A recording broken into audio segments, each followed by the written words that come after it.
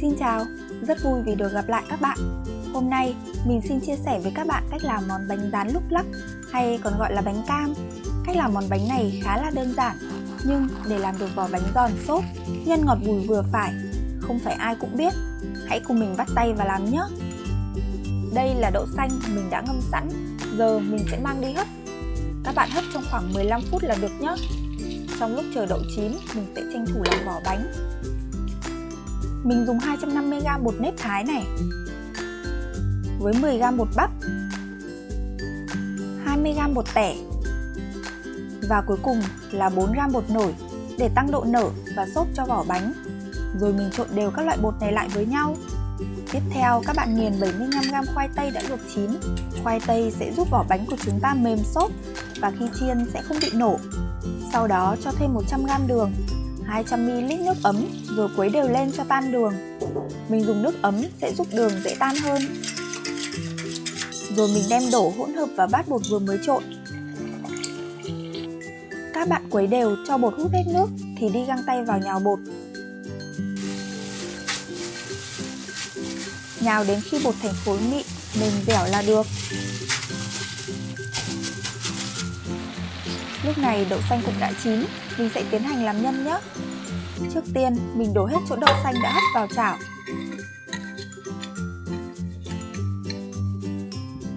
Sau đó cho thêm một bát nước và đảo đều với lửa nhỏ. Đậu mình đã ngâm kỹ và hấp chín nhừ rồi nên sẽ rất là mềm. Chỉ cần đảo qua một lúc thôi là đã nhuyễn được như này rồi. Tiếp theo cho thêm 100g đường và khoảng 30g dừa nạo. Nhân có thêm dừa, ăn sẽ sần sật kết hợp với vị bùi của đậu xanh. Ăn sẽ rất chi là ngon đấy. Trộn đều lên rồi thì chúng ta sẽ nhuyễn đậu xanh để nhân được mịn hơn nhé. Sau đó các bạn cho thêm một thìa canh dầu ăn và xên khoảng 10 phút cho nhân sệt lại. Phần nhân này mình làm theo kiểu nhân của bánh trung thu, nhưng tất nhiên là không cần xên kỹ như khi làm bánh trung thu đâu. Ưu điểm của cách làm này là nhân sẽ rất là mịn, mềm và tan luôn trong miệng.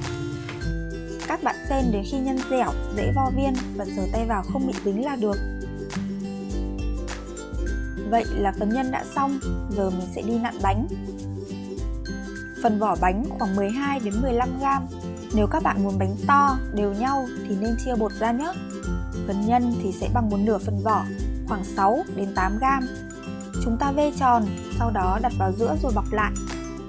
Các bạn lưu ý là phần vỏ phải sát với nhân. Nếu có không khí ở giữa thì khi chiên bánh sẽ rất dễ bị nổ. Cuối cùng là lăn bánh qua vừng.